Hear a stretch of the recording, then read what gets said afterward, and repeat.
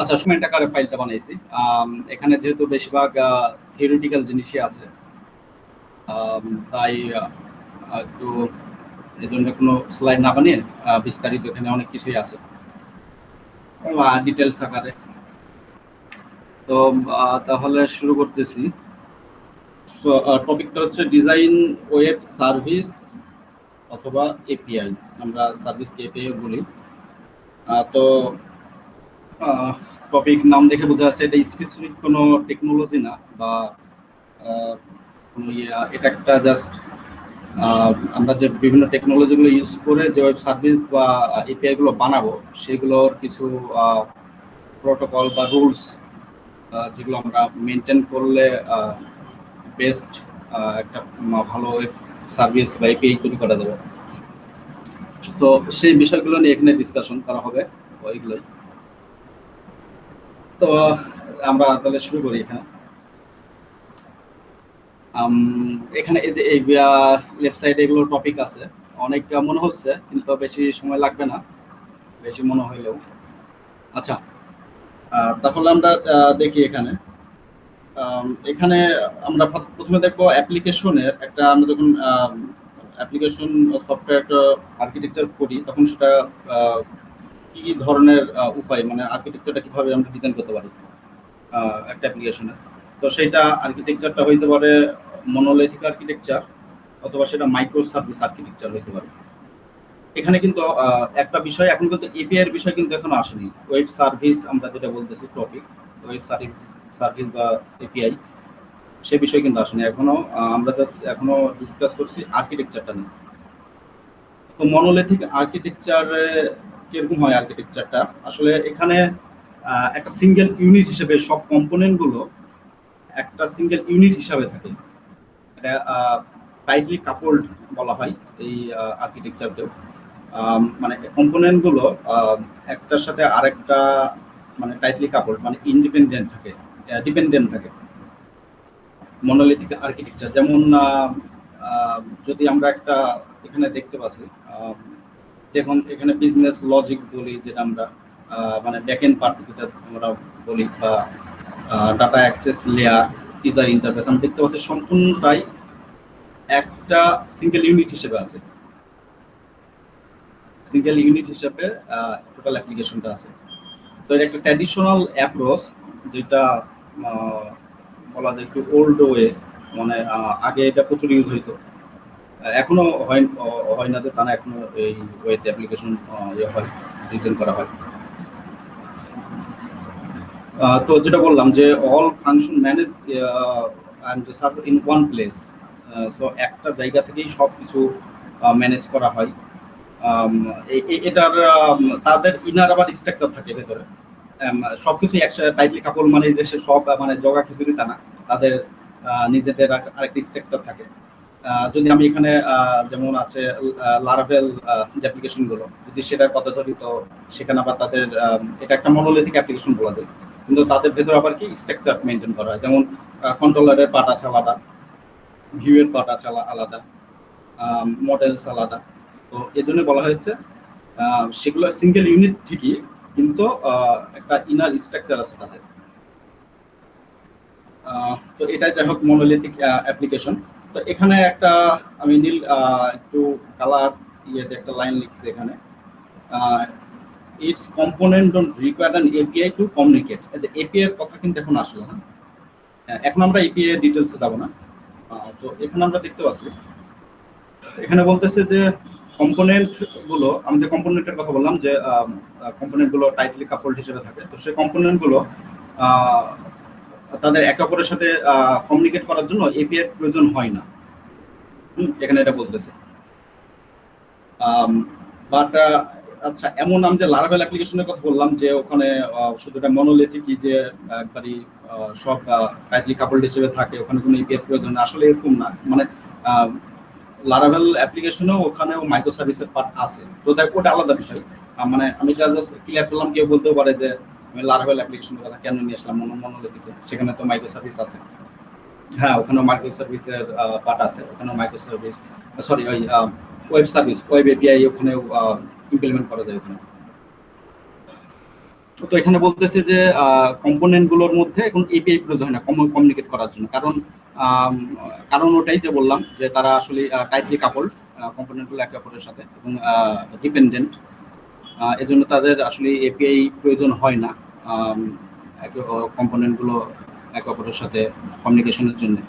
যেমন business logic user ইন্টারফেসের সাথে দেখা যাচ্ছে কোনো এপিআই নাই, কিন্তু তার সত্ত্বেও ডাটা সেখানে ইউজার ইন্টারফেসের ডাটাটা বিজনেস লজিক থেকে যাচ্ছে কোনো এপিআই এর সাহায্য ছাড়াই।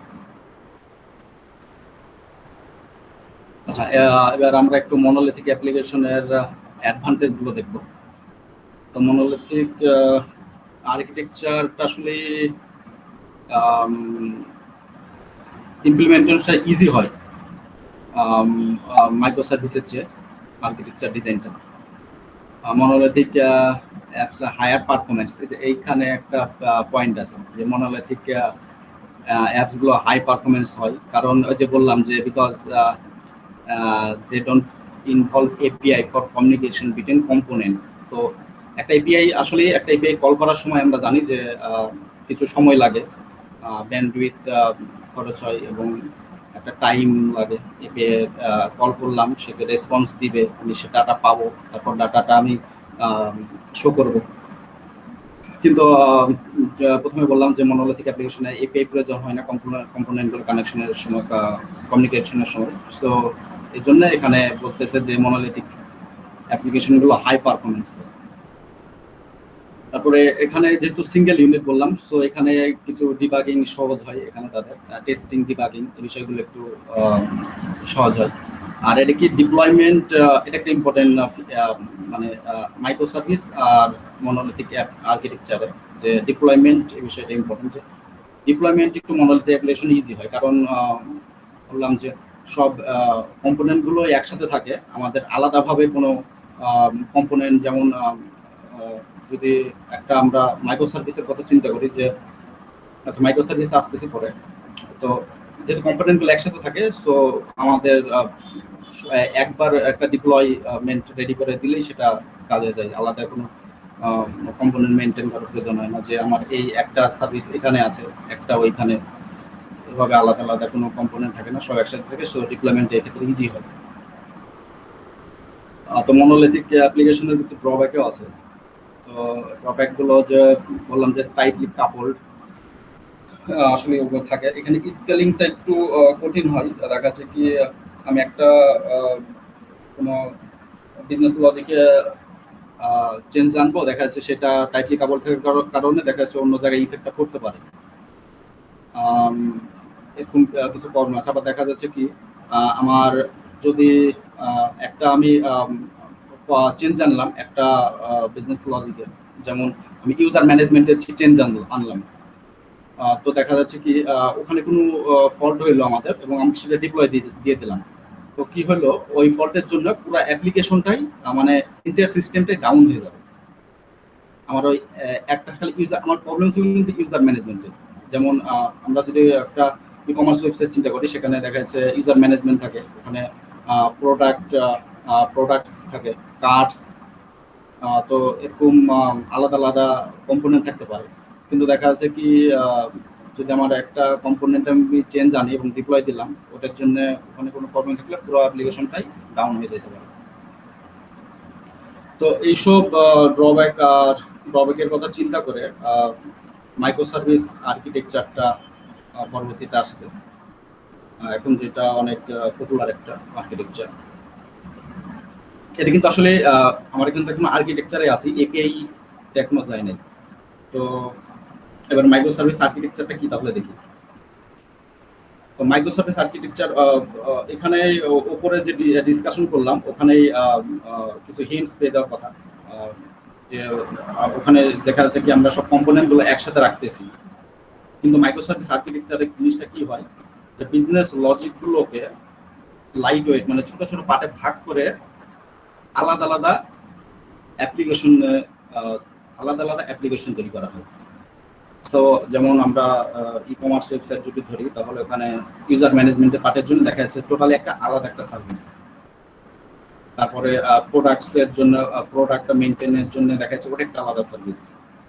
আম, তারপরে পারচেসের জন্য বা পেমেন্টের জন্য দেখা যাচ্ছে ওইটা আলাদা একটা সার্ভিস, কাটের জন্য আলাদা সার্ভিস। তো এরকম ছোট ছোট অনেক সার্ভিসে ভাগ করে ফেলা হয় মাইক্রো সার্ভিস আর্কিটেকচারটা। সো এবং যে ওই প্রতিটা আহ, সেই আলাদা ইউনিটগুলো এক একটি রেসপন্সিবল থাকে, মানে একটা স্পেসিফিক কোনো কাজের জন্য, বিজনেস গুলোর জন্য তারা ডেডিকেটেড থাকে। এটাই হচ্ছে মাইক্রো সার্ভিস আর্কিটেকচারের মূল বিষয়। তো মাইক্রো সার্ভিস আর্কিটেকচারের এখন আমরা ইয়েটা দেখবো যে আসলে এখানে সুবিধা কি আর অসুবিধাগুলো কি। আর উপরে যেটা একটা আমি যে নীল কালিতে দেখাইছিলাম, একটা লাইন দেখাইছিলাম যেখানে বলতেছি যে এখানে এপিআই প্রয়োজন হয় না কম্পোনেন্ট গুলো একে অপরের সাথে কমিউনিকেশনের জন্য। কিন্তু এখানে দেখেন, এখানে বলতেছে কি the interaction between the component of the system is ensured by means of API। তো এপিআই এর কথাটা এখানে আসলো, যে এক্ষেত্রে বলতেছে আমাদের এক্ষেত্রে এপিআই দরকার হচ্ছে, যেহেতু আমরা কম্পোনেন্ট গুলোকে ভাগ করে ফেলেছি। তো কম্পোনেন্ট গুলো একে অপরের সাথে কমিউনিকেশনের জন্য অবশ্যই কিছু একটা দরকার। সো সেই কমিউনিকেশনটা করা হয় এপিআই এর মাধ্যমে। এখন মাইক্রো সার্ভিস আর্কিটেকচারটা আসলে এরকম হয় আসলে আর্কিটেকচারটা। যেমন আমরা এক্সাম্পল দিলাম যে একটা ই কমার্স ওয়েবসাইটে, তো দেখা যাচ্ছে কি এই যে আমরা যদি এইগুলোকে এক একটা ইন্ডিপেন্ডেন্ট সার্ভিস ধরি, যে এটা ইউজার ম্যানেজমেন্ট করতেছে সার্ভিসটা, এই সার্ভিসটা যদি আমরা বলি যে সে প্রোডাক্ট ম্যানেজমেন্ট করতেছে, মানে প্রোডাক্টগুলো ম্যানেজ করতেছে সে, সে পেমেন্ট, এই সার্ভিসটা পেমেন্ট রিলেটেড সব কাজ করতেছে, এটা কার্ড ম্যানেজমেন্ট করতেছে। এখানে এক একটা সার্ভিস কি সম্পূর্ণ আমরা আলাদা আলাদা করে ফেলেছি এবং দেখা যায় কি, এবং এখানে যে ইউজার ইন্টারফেসটা আছে এবং এটার সাথে কি তারা ইউজার ইন্টারফেসটা এর সাথে সব কানেক্টেড। সো এখানেই এবং দেখা যাচ্ছে কি ডাটাবেসের বিষয়ে এখানে দেখি আমরা চাইলে শুধু যে ইন্টার অ্যাপ্লিকেশন একটাই ডাটাবেস থাকবে তা না, আমরা চাইলে একটা যে কম্পোনেন্ট, সেই কম্পোনেন্টের জন্য আমরা ডেডিকেটেডলি একটা ডাটাবেস নিয়ে নিতে পারি। আবার শুধু যে মাইক্রো সার্ভিসগুলো ইউজার ইন্টারফেসের সাথে কমিউনিকেট করছে তা না, তারা একে অপরের সাথে আবার, যেমন এই যে এই মাইক্রো সার্ভিস তারা দুজন আবার ইন্টার কমিউনিকেশনও করতে পারবে চাইলে, এটার সাথে এটা, এটার সাথে এটা। তো এভাবেও ইন্টার কমিউনিকেশন সম্ভব মাইক্রো সার্ভিসগুলোর সাথে। সো মাইক্রো সার্ভিস আর্কিটেকচারের আমরা অ্যাডভান্টেজগুলো দেখবো। তো অ্যাডভান্টেজ গুলো বলতেছে এটা অটোনমি, যেটা বললাম যে টোটাল বিজনেস লজিকটাকে, ইন্টার অ্যাপ্লিকেশনের বিজনেস লজিকটাকে ছোট ছোট ভাগে ভাগ করে ফেলা হয়, একটা লাইট ওয়েট একটা ইয়েতে ভাগ করে ফেলা হয় যেন সহজ হয় ডেভেলপমেন্ট। তো এখানে দেখাচ্ছে কি ইন্ডিপেন্ডেন্ট টিম এক একটা এক একটা কম্পোনেন্ট নিয়ে এক একটা টিম কাজ করতেছে। So deploy on affect the other services। তো তারা সেই সাপোজ ইউজার ম্যানেজমেন্ট নিয়ে যে টিমটা কাজ করতেছে, তারা তাদের দেখা যাচ্ছে এখানে বাগ ছিল, তারা বাগ ফিক্স করলো এবং তারা ডিপ্লয় দিল। দেখা যাচ্ছে এই ডিপ্লয়ের কারণে অন্য আদার যে সার্ভিসগুলো আছে, যেমন এই যে এখানে প্রোডাক্ট ম্যানেজমেন্ট বা পেমেন্ট রিলেটেড যে কাজগুলো, এই সার্ভিসগুলোকে কোনো এফেক্ট করতে পারবে না। তারা এখানে যা ইচ্ছা যা খুশি তাই করবে। কিন্তু মনোলিথিকে কিন্তু এরকম ছিল না। মনোলিথিকে ছিল এরকম যে যেহেতু ইন্টার অ্যাপ্লিকেশনটা হচ্ছে টাইটলি কাপড়, একে অপরের সাথে কম্পোনেন্ট গুলো ডিপেন্ডেন্ট। সো আমি যদি একটা কম্পোনেন্ট চেঞ্জ এনে সেটা ডিপ্লয় দিয়ে দিই এবং ভুল থাকে ওখানে, তো পুরো অ্যাপ্লিকেশনটা ডাউন হয়ে গেল। কিন্তু এক্ষেত্রে মাইক্রো সার্ভিসের এখানেই হচ্ছে সবচেয়ে বড় অ্যাডভান্টেজ, যেটা সে ফুল অ্যাপ্লিকেশনটাকে সে ডাউন করে ফেলবে না একটা সার্ভিসের ভুলের কারণে। সে এই এন্টার, ধরলাম এই সার্ভিসে প্রবলেম আছে, সো কি এখানে এন্টায়ার এই অ্যাপ্লিকেশনটাকে সে ডাউন করে ফেলতেছে না। সেই সেই সার্ভিস রিলেটেড যে কাজগুলো আছে সেগুলো হবে না, বাট কিন্তু সে এন্টায়ার অ্যাপ্লিকেশনটাকে ডাউন করতেছে। এটাই হচ্ছে মাইক্রো সার্ভিসের সবচেয়ে বড় একটা অ্যাডভান্টেজ। যেটা এখানে আরো কিছু অ্যাডভান্টেজ আছে, যেমন অ্যাজিলিটি একটা টার্ম আছে এক্ষেত্রে। অ্যাজিলিটিটা হচ্ছে যেরকম সাপোজ এই মার্কেট যদি আমরা ধরি মাইক্রো সার্ভিসটা ইউজার ম্যানেজমেন্ট, এটা আমি যে কোনো, এটা একটা টেকনোলজি দিয়ে, যে কোনো টেকনোলজি, এটা পাইথন বলি আর পিএসপি বলি আর জেএস বলি, রুবি বলি, সিসা বলি, এটা যে কোনো একটা টেকনোলজি আমি ডেভেলপ করলাম, এটা আমার ইচ্ছা এটা আরো অন্য একটা টেকনোলজি, মানে টোটালি আমার কোনো এখানে ধরা বাধা নাই যে আমার টোটালটা মিলে কিন্তু একটা অ্যাপ্লিকেশন। কিন্তু দেখা যাচ্ছে কি আমি এক একটা সার্ভিস চাইলে সেগুলো আমার মতো করে টেকনোলজি ইউজ করতে পারতেছি এক একটা সার্ভিসে। ডেটা অ্যাপ্লিকেশনের মধ্যে দেখা যাচ্ছে কি আমরা অনেকগুলো টেকনোলজি নিয়ে কাজ করতে পারতেছি। তো যেটা মনোলিথিকে যেটা একটু ব্যারিয়ার, যে আমি যেটা টেকনোলজি ইউজ করা হয়েছে আমাকে সেটাতেই ডিপেন্ডেন্ট থাকতে হবে এবং কোনো কিছু করলে ওই টেকনোলজি দিয়েই করতে হবে। কিন্তু এখানে দেখা যাচ্ছে কি আমি এটা চাইলে পাইথন, এটা চাইলে পিএসপি, এটা চাইলে রুবি, এটা চাইলে ডটনেট, অনেক টেকনোলজি আমি ইচ্ছা চাইলে ভিন্ন ভিন্ন টেকনোলজি, কারণ এখানে টেকনোলজি কোনো ব্যারিয়ার না, এখানে তারা কমিউনিকেশন করতেছে কি এপিআই এর মাধ্যমে। সো এটা হচ্ছে একটা বড় অ্যাডভান্টেজ। আর একটা স্কেলেবিলিটি, যেটা বললাম যে এখানে স্কেল এন্টায়ার সিস্টেমটাকে আমরা যখন স্কেল করার প্রয়োজন হয় আমরা এন্টায়ার সিস্টেমটাকে স্কেল করি না, আমরা যে সার্ভিসে প্রবলেম হয়েছে বা যে সার্ভিসটা আরও চাচ্ছি যে আমরা এখানে কোনো নতুন কিছু আরও ফিচার অ্যাড হবে সেটা অ্যাড করলাম, ডিপ্লয় দিলাম, তো এটা অন্য কোনো সার্ভিসে এফেক্ট করবে না। তো স্কেলেবিলিটিটা মেনটেন করাটাও সহজ হয় মাইক্রো সার্ভিসের ক্ষেত্রে। এখানে রিলায়েবিলিটিটাও হাই হয়, যেটা বললাম ওইটা রিলায়েবিলিটি আসলে আমি অনেক কিছু এখানে এখানে এখন লিস্ট করা আছে, আমি এখানে আপনারা দেখবেন এগুলো আমি আসলে বলে ফেলেছি জিনিসগুলো। রিলায়েবিলিটি আসলে ওইটাই বোঝাচ্ছে যে বললাম যে আমার এসআরপিসে প্রবলেম আছে, তো এসআরপিসটাকে আমি শুধু এটাই আমি ফিক্স করলাম বা দিয়ে ডিপ্লয় দিলাম, অন্য কোনো পুরো অ্যাপ্লিকেশনটা সে ডাউন করলো না, শুধু এটা রিলেটেড যে কাজগুলো সেইগুলো হবে না অ্যাপ্লিকেশনের জন্য, বাট পুরো অ্যাপ্লিকেশনটা ডাউন হচ্ছে না, এটাই। কন্টিনিউয়াস ডেলিভারি, যেটা বললাম মেটাবল work on specific element, disturbing the whole system. আমরা একটা সিস্টেম নেই কাজ করতে পারি অন্য সিস্টেমকে ডিস্টার্বিং ছাড়া। আর শুধু যে মাইক্রো সার্ভিসের অ্যাডভান্টেজ আছে তা না, তাদের ডিসঅ্যাডভান্টেজগুলো আছে অনেক। তো ডিসঅ্যাডভান্টেজগুলো দেখি আমরা, যেমন এখানে বলতেছে micro service architecture require more resources and usually take more time than monolithic architecture. এখানে বলতেছে যে মাইক্রো সার্ভিস আর্কিটেকচারটা আসলে ডেভেলপমেন্টের জন্য রিসোর্স বেশি লাগে এবং টাইমও বেশি লাগে। এগুলো আমার আমার নিজের লিস্ট করা না, এগুলো যেগুলো আমি পাইছি সেগুলোই এখানে বলা আছে, আমি নিজে কিছু লিখি নাই। তো এটা একটা ড্রব্যাক যে আসলে এখানে একটু সময় বেশি লাগে আর রিসোর্সও বেশি লাগে মাইক্রো সার্ভিস আর্কিটেকচার ডিজাইন এবং ডেভেলপমেন্টের জন্য। এখানে মাইক্রো সার্ভিস আর্কিটেকচারের ক্রস কাটিং এর যে মেনটেনেন্স ওটাও একটু ঝামেলাপূর্ণ। ওখানে আমাদের ক্যাশিং, লগিং এই বিষয়গুলো মেনটেন করার প্রয়োজন হয়, যেহেতু বললাম যে আমরা টোটাল এন্টার সিস্টেমটাকে ব্রেকডাউন করে ফেলি ছোটো ছোটো অ্যাপ্লিকেশনে। সো কোন অ্যাপ্লিকেশনে কোথায় কোন এরর হচ্ছে সেটা আমাদের লগ দেখার প্রয়োজন পড়ে, কোথায় কি প্রবলেম হইল সেই লগগুলো দেখার প্রয়োজন হয়ে পড়ে। দেখা যায় কি প্রবলেম হয়েছে আমরা খুঁজে পাচ্ছি না, যেহেতু এটা ছোট ছোট ভাগ করে ফেলেছি আর একসাথে নাই। তো প্রবলেম কোথায় হলো আমাদেরকে সেটা দেখার জন্য আসলে লগটা টেস্ট করা প্রয়োজন। তো লগিং সিস্টেমটা মেনটেন করা প্রয়োজন হয়। ক্যাশিং এর বিষয় নিয়ে পরে ডিসকাস করব।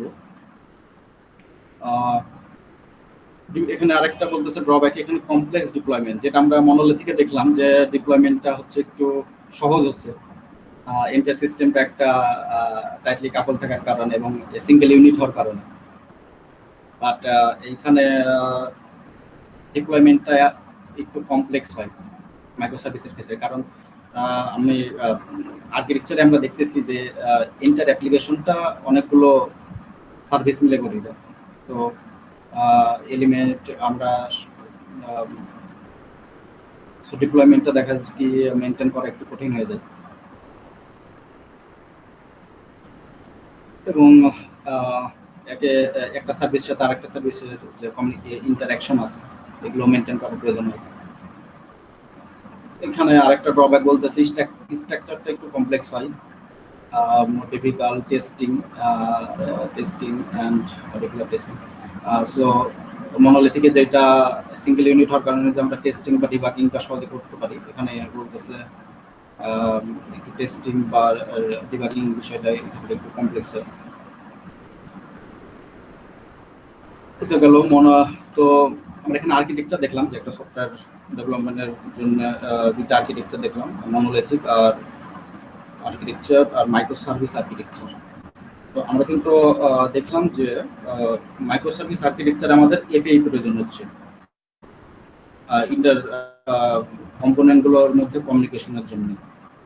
তো আমরা এখন আমরা সেই আমাদের যে মূল টপিক যে ওয়েব ডিজাইন ওয়েব এপিআই, তো সেই টপিকে আসবে। দেখবো যে আমরা মাইক্রো সার্ভিস যদি আমরা ডিজাইন করতে চাই তো আমাদের অবশ্যই এপিআই এর ডিজাইনের বিষয়টা বুঝতে হবে। উপরের এগুলো গেল আর্কিটেকচার, এগুলো হচ্ছে আর্কিটেকচার, এগুলো কিন্তু এখন এপিআই কোনো এগুলো বিষয় না, মানে এখানে অনেকে মিক্স করে ফেলে। যে যেমন আমারই আগে মিক্স হয়ে যেত যে মাইক্রো সার্ভিস, এটাকে আমি মনে করতাম যে এপিআই, যে মাইক্রো সার্ভিস যেটা এপিআই মনে করতাম যে এটা ওয়েব সার্ভিস, কিন্তু আসলে না, এটা একটা সফটওয়্যার ডেভেলপমেন্ট আর্কিটেকচারের একটা স্টাইল জাস্ট। তো এখন আমরা দেখব যে ওয়েব সার্ভিস বা ওয়েব এপিআই। তো ওয়েব সার্ভিস বা এপিআই আমরা বললাম যেমন যে মাইক্রো সার্ভিসের কম্পোনেন্টগুলোর সাথে কমিউনিকেশন করার জন্য এপিআই প্রয়োজন হয়। তো এপিআই কি আসলে? এপিআই হচ্ছে, আমরা এপিআই এর মিনিংটা জানি যে অ্যাপ্লিকেশন প্রোগ্রামিং ইন্টারফেস। এখানে এপিআই আর ওয়েব এপিআই, আমরা ওয়েব এপিআই আর এপিআই এই দুটো কিন্তু টোটালি আলাদা জিনিস। এপিআই একটা জিনিস আর ওয়েব এপিআই আরেকটা জিনিস। এপিআই এর সাথে ওয়েব এপিআই আমরা মিক্স করে দেব না, কিন্তু আমাদের এখানে ডিসকাশনের বিষয় হচ্ছে ওয়েব এপিআই। তো এপিআই জাস্ট ওইটাই যে ওয়েব সার্ভিস কি সেট অফ টেকনোলজি আর rules that enable two or more system, যেটা আমি বললাম যে কমিউনিকেট, যেটা একে অপরের সাথে কমিউনিকেট করে, কথা বলে একে অপরের সাথে। এখানে কি যে কিছু set of technology and rules আছে কিছু, তো সেই রুলস বা টেকনোলজি এগুলো আমরা দেখব। সো এখানে আমি একটু আগে বললাম যে ওয়েব এপিআই আর এপিআই দুটো মিক্স করলে হবে না। এপিআই হচ্ছে এপিআই ওয়েব, সব ওয়েব এপিআই কিন্তু আবার এপিআই, বাট কিন্তু সব এপিআই ওয়েব এপিআই না। তো ওয়েব এপিআই কোনটা? ওয়েব এপিআই যেটা বলতেছে web services different require a network. একটা ওয়েব এপিআই গুলো তাদের নেটওয়ার্ক প্রয়োজন হয়। এখানে নেটওয়ার্কের একটা টার্ম আছে, কিন্তু এপিআই যদি আমরা বলি, আমরা এখানে এপিআই নিয়ে বেশি রিসার্চ করবো না, আমরা ওয়েব এপিআই নিয়ে রিসার্চ করবো। তো এপিআইটা একটু বলি। এপিআইটা হচ্ছে একটা অ্যাপ্লিকেশন প্রোগ্রামিং ইন্টারফেস, এটা তার ফুল মিনিং।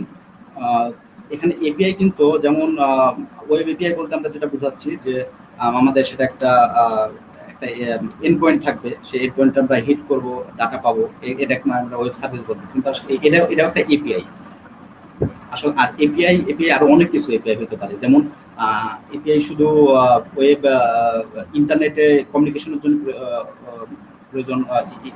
প্রয়োজন হচ্ছে তা না। এপিআই গুলো প্রয়োজন হচ্ছে দেখা যাচ্ছে আমার অপারেটিং সিস্টেমের সাথে, পিসির সাথে আমি কমিউনিকেট করতেছি, পাইথনের কোন একটা মেথড বলি বা যা কিছু বলি, বা জাভার যা কিছু বলি, কোনো কিছু দিয়ে, তাহলে দুটো সিস্টেম আসলে এখানে একটা আমার ওএস এর সাথে আমি কমিউনিকেশন করতেছি আমার। সো এখানে দেখা যাচ্ছে এসে পাইথনের যে বলি বা জাভা বলি, যে তার যে মেথডগুলো আছে ওগুলোকেও এপিআই বলা হয়, কিন্তু ওই এপিআই কে কিন্তু আমি এবার ওয়েব এপিআই বলতে পারবো না। সো আমি এখানে একটু পার্থক্যটা বোঝানোর চেষ্টা করতেছি। নিচে একটা এখানে যে এই একটা একটু ইন্টারনেট একটা পপুলার এরকম একটা কথা পাওয়া যায়, all web services are APIs, but all APIs are not web services. তো আমি জাস্ট এপিআই আর ওয়েব এপিআই এই দুইটার মধ্যে একটু ডিফারেন্সটা বোঝানোর ট্রাই করলাম। ওই এপিআই নিয়ে আর বেশি কথা বলবো না, এখন আমরা ওয়েব এপিআই নিয়ে কথা বলবো। তো ওয়েব এপিআই বললাম যে এখানে নেটওয়ার্ক টার্মটা চলে আসতেছে। এটা W3C মানে www, এটা স্ট্যান্ডার্ড মেনটেন করে। So technically follows the whole host of standards. Web service usually follows the protocol. So web service বললাম যে দুটা অ্যাপ্লিকেশন বা দুটা কম্পোনেন্ট বা দুটা মেশিনের মধ্যে কি কমিউনিকেশন করা, দুটা মেশিন একে অপরের সাথে কথা বলা। সো সেই কথা বলাটা কিসের মাধ্যমে হবে? সেখানে একটা প্রোটোকল ফলো করে। সেটা হইতে পারে সোপ, রেস্ট, ইউডিডিআই, এক্সএমএল, আরপিসি। আমরা এখানে সোপ আর রেস্টটা, সোপ অল্প দেখবো আর মূলত রেস্টটাই দেখবো। আর এগুলো যাদের ইন্টারেস্ট আছে তারা এগুলো দেখে নিতে পারো। এগুলো বিষয়ে আমার অত ধারণা নেই। ইউডিডিআই বা এক্সএমএল, আরপিসি, এটা নিয়ে আমরা এখানে সোপ আর রেস্ট একটু দেখবো। সো যে তাহলে কি ওয়েব সার্ভিস একটা প্রোটোকল ফলো করে দুটা অ্যাপ্লিকেশন বা দুটা সার্ভিসের মধ্যে কমিউনিকেশনের জন্য, এটা সোপ বা রেস্ট হতে পারে। আমরা সোপটা দেখি আগে। সোপটা নিয়ে বেশি ডিসকাস করবো না, রেস্টটা নিয়ে বেশি ডিসকাস হবে এখানে। তো সোপটা হচ্ছে কি মেসেজিং প্রোটোকল, যেটা রেস্ট আসার পূর্বে যেটা ডিজাইন করা হয়েছিল।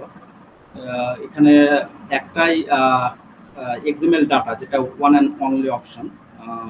XML data share STP request, XML ডাটাগুলো মানে রিসোর্সগুলো এক্সএমএল ডাটার মাধ্যমে শেয়ার করা হয় দুটা সার্ভিসের মাধ্যমে বা দুটা মেশিনে এক্সএমএল ফরম্যাটে। তো এখানে এক্সএমএল নিয়েও বেশি ডিসকাস করবো না। যাদের ইন্টারেস্ট আছে ইউডিডিআই বা এক্সএমএল, আরপিসি বা সোপ নিয়ে, তারা দেখে নিতে পারে।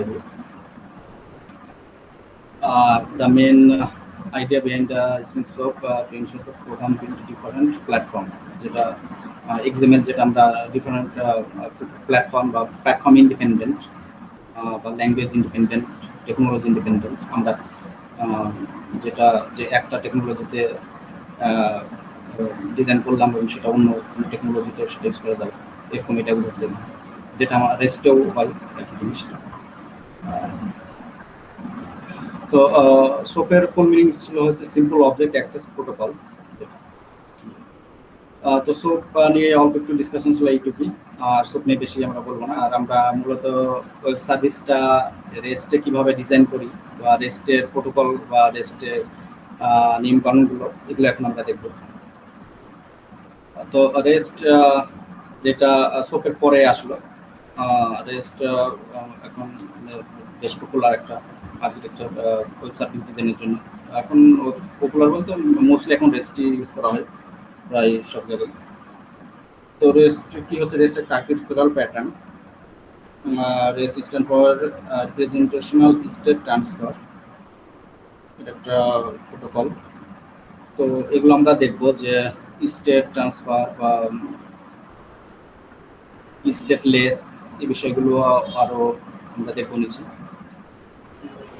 তো যে আমরা একটা ওয়েব সার্ভিস, সেটা বললাম যে সোপেও ডিজাইন করা যায়, আবার রেস্টেও ডিজাইন করা যায় ওয়েব। তো যে আমরা যদি রেস্ট ফলো করে একটা ওয়েব এপিআই বা ওয়েব সার্ভিস ডিজাইন করি, তাহলে সেই ওয়েব সার্ভিসটা হবে রেস্টফুল ওয়েব এপিআই। আমরা সম্পূর্ণ যদি রেস্টের যে রুলস রেগুলেশন বা প্রোটোকল আছে সেগুলো মেনটেন করি, তাহলে সেই অনেকেই অনেক জায়গায় হয়তো শুনছেন যে লেখা থাকে যে রেস্টফুল এপিআই বা রেস্টফুল ওয়েব এপিআই। তো রেস্টফুল ওয়েব এপিআই আসলে ওইগুলোই, এটা আলাদা কোনো জিনিস না যে অন্য কোথাও থেকে আসে এরকম কিছু না। যে রেস্টের যে নিয়ম কানুন আছে, প্রোটোকল আছে, ওগুলো মেনটেন করে যে এপিআইটা আমরা বানাচ্ছি, ওটাকে রেস্টফুল ওয়েব বলা আছে। তো এবার আমরা এখানে দেখবো যে প্রোটোকলের কথা বললাম বা রুলস রেগুলেশনের কথা বললাম, রেস্টের, ওগুলো দেখবো। তো এখানে রেস্টের কিছু যে এসটিপি ভার্ব ইউজ করে, তার মধ্যে চারটা হচ্ছে পপুলার, যেটা হচ্ছে get, close, put and delete. এই চারটা মোস্ট মোস্টলি চ্যাট ইউজ করা হয় রিকোয়ার্ড এপিআই ডিজাইনের সময়। তো এগুলো কখন কখন কীভাবে প্রয়োজন হয়, মেথড, এগুলো আসলে এক একটা মেথড বলা হয়, get, post, put and delete. So এগুলো আমরা দেখব। এখানে বলছে comparing SOAP versus REST API. SOAP only, যেটা আমি অনেক আগে বলে দিয়েছি, সোপ আচ্ছা, রেস্টে সোপে যেটা বললাম যে অনলি এক্সএমএল ফরম্যাটেই ডাটাটা ট্রান্সফার করা হয়, বাট রেস্ট এরকম ব্যারিয়ার নাই। রেস্টে চাইলে আমরা সেটা জেসন হইতে পারে, এসটিএমএলও হইতে পারে, এক্সএমএলও হইতে পারে, টেক্সটও হইতে পারে, এই ফরম্যাটে আমরা ডাটাটা ট্রান্সফার করতে পারি। বাট সোপে only one and only option XML, যেটা আগে বলছিলাম। তো এইটা রেস্টের আরেকটা এখানে বড় অসুবিধা যে আমরা চাইলে ডাটা ফরম্যাটটা জেসন হইতে পারে, আমাদের এটা এক্সএমএল হইতে পারে। তো মোস্টলি আমরা এখন জানি সবাই যে আমরা জেসন ফরম্যাট ইউজ করি ডাটা। তো এখানে যে এটা লাইনটা আমি লিখছি, এটা অলরেডি আমি একটু ডিসক্রাইব করলাম যে এপিআই আর ওয়েব এপিআই এর মধ্যে পার্থক্যটা আসলে কি। অল ওয়েব সার্ভিস মানে সকল ওয়েব এপিআই হচ্ছে এপিআই, বাট সব এপিআই ওয়েব এপিআই নয়। যেটার অর্থ যে আমি একটু ব্যাখ্যা করলাম যে এপিআই আসলে অন্য জিনিস, একটা মানে অন্য জিনিস বলতে আসলে কমিউনিকেশন করছে দুটা পার্টির মধ্যে। ওয়েব সার্ভিসও কিন্তু তাই করতেছে, কিন্তু ওয়েব সার্ভিস সব এপিআই কিন্তু আবার ওয়েব সার্ভিস না। কারণ কি, এপিআই গুলো শুধু যে ওয়েব সার্ভিসই হবে তা না। এপিআই যে বললাম যে জাভার একটা যে মেথড আছে, সে ওএস এর সাথে, আমাদের কম্পিউটার ওএস এর সাথে সে কমিউনিকেট করতেছে, সেটাও ওই মেথডটাকে আমরা এপিআই বলতে পারি। বা পাইথনের কোন একটা মেথড যে ওএস এর সাথে কমিউনিকেট করতেছে, কোন প্রসেস আমার এখন কারেন্টলি রান হচ্ছে, সেই প্রসেসের আইডি কি, কোন থ্রেডটা রান হচ্ছে। সো এসব বের করার মেথডগুলো যেগুলো আছে ওগুলোকে আমরা এপিআই বলতে পারি, কিন্তু সেই এপিআইটা আবার ওয়েব সার্ভিস হয়ে যাচ্ছে। সো এটাই মূলত ব্যাখ্যা।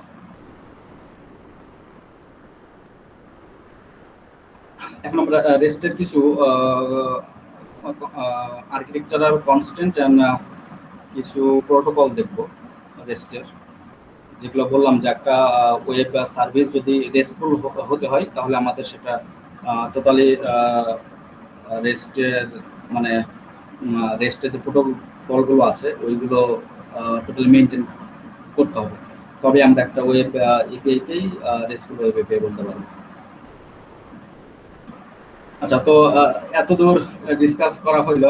উপরের এগুলোর মধ্যে এমন কিছু কঠিন জিনিস না, তো এগুলোর মধ্যে কি কারো বুঝতে কোনো প্রবলেম হয়েছে কিনা, যে আর্কিটেকচার গুলো বললাম বা এগুলো?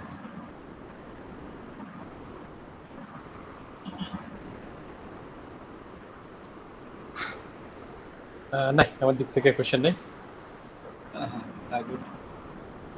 আচ্ছা, তাহলে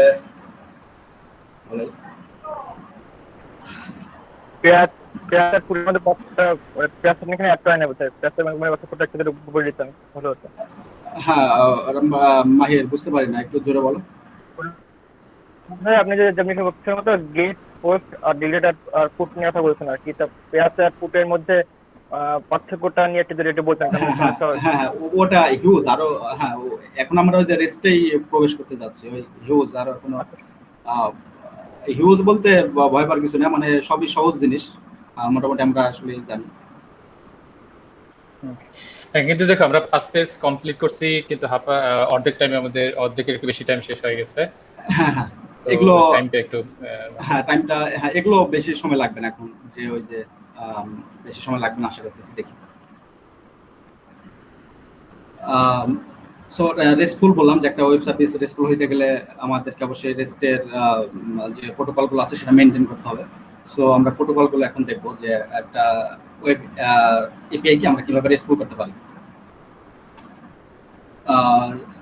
ইন রেস্ট ডাটাগুলো যে আমরা যে ডাটাগুলো শেয়ার করি, সেই ডাটা রিপ্রেজেন্টেশনকে আমরা এখন রিসোর্স নামে চিনবো। রিসোর্স বললে বুঝবো যে সেটা একটা কোনো ডাটা, আমরা যে আসলে এপিআই এর মাধ্যমে আমরা মূল উদ্দেশ্য তো আসলে ডাটা শেয়ার, যে একটা অ্যাপ্লিকেশন আরেকটা অ্যাপ্লিকেশনের কমিউনিকেশন করতে আসলে আমরা ডাটা শেয়ার বুঝি।